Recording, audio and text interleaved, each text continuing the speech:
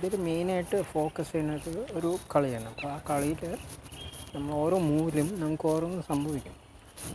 അത് റിയലായിട്ടും സംഭവിക്കും. ഇപ്പോൾ ഒരു സിനിമയുണ്ട്, പണ്ട് നമ്മൾ കുട്ടിക്കാലത്ത് കണ്ടൊരു സിനിമ, ജുമാൻജി പറയും. ആ പടത്തിൽ ഇതേപോലെ തന്നെ പകിട കളി പോലെയാണ്, പക്ഷേ അതിൽ വേറൊരു കൈൻഡ് ഓഫ് ലുഡോ പോലത്തെ സംഭവമാണ്.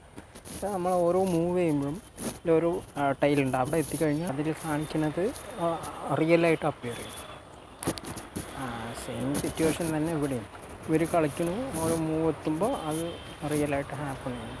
തോറ്റ് കഴിഞ്ഞാൽ തോറ്റ് വിട്ട് കഴിഞ്ഞാൽ കട്ടി ലൈക്ക് സിദ്ധാർത്ഥ് ഭരതനുണ്ട്. ഇവർ രണ്ടുപേരും മെയിനായിട്ട് ഇത് കളിക്കുന്നുണ്ട്.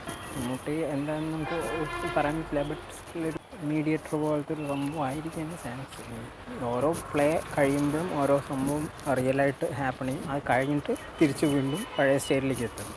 അത് അനുഭവിക്കുക എന്നുള്ളതാണ് ഈ കളിക്കുന്ന ആൾക്കാരുടെ choice. I mean there is no choice but to lead. അതായത് അത് അനുഭവിച്ചേ പറ്റൂ. അങ്ങനെ ഒരു ട്രാപ്പിൽ പെട്ടുന്നതായിരിക്കും സിനിമയുടെ മെയിൻ പ്ലോട്ട്. ട്രഷർ ഹണ്ട് പോലെ എന്തെങ്കിലും ഒരു കാര്യത്തിന് ഇവിടെ പണിക്ക് വന്നതോ സംതിങ് ലൈക്ക് ദാറ്റ്. അതായത് ഇതിലെ ഒരു ഫസ്റ്റ് ഒരു ലേഡി ഉണ്ടായിരുന്നു, അതിൽ ഇവർ അർജുൻ അശോകനും മറ്റേ മണികണ്ഠ ആചാര്യയും കൂടെ അവളുടെ ഫോളോ ചെയ്തിട്ട് ഈ മനയിലെത്തുന്നു. പിന്നെ ഈ മമ്മൂട്ടിൻ്റെ ക്യാരക്ടറിനെ മീറ്റ് ചെയ്യുന്നു. എന്നിട്ടായിരിക്കും ഈ പ്ലേയിലേക്ക് അവർ പെട്ടുപോകണം. സോ സിദ്ധാർത്ഥ് ഭരതന് പിന്നെ വന്ന് ജോയിൻ ചെയ്യുന്നതായിരിക്കും സംതിങ് ലൈക്ക് ദാറ്റ്. അപ്പോൾ പിന്നെ ഇതിൽ നിന്ന് എങ്ങനെ ഒരു എസ്കേപ്പ് ചെയ്യുന്നു, മമ്മൂട്ടി ആരാണ്, എന്താണ് പുള്ളിയുടെ ഉദ്ദേശം, ഇതൊക്കെയായിരിക്കും കഥ മെയിൽ ചെയ്യണം. അപ്പോൾ ലെറ്റ്സ് ഹോപ്പ് സോ. ഇനി 3 ദിവസം കൂടി ഉള്ളൂ. ഇപ്പോൾ എൻ്റെ ഇപ്പോൾ പറയാനുള്ളത് ആ പോസ്റ്റേഴ്സ്, ഓരോ ദിവസം അന്യായ പോസ്റ്റേഴ്സാണ് വരുന്നത്.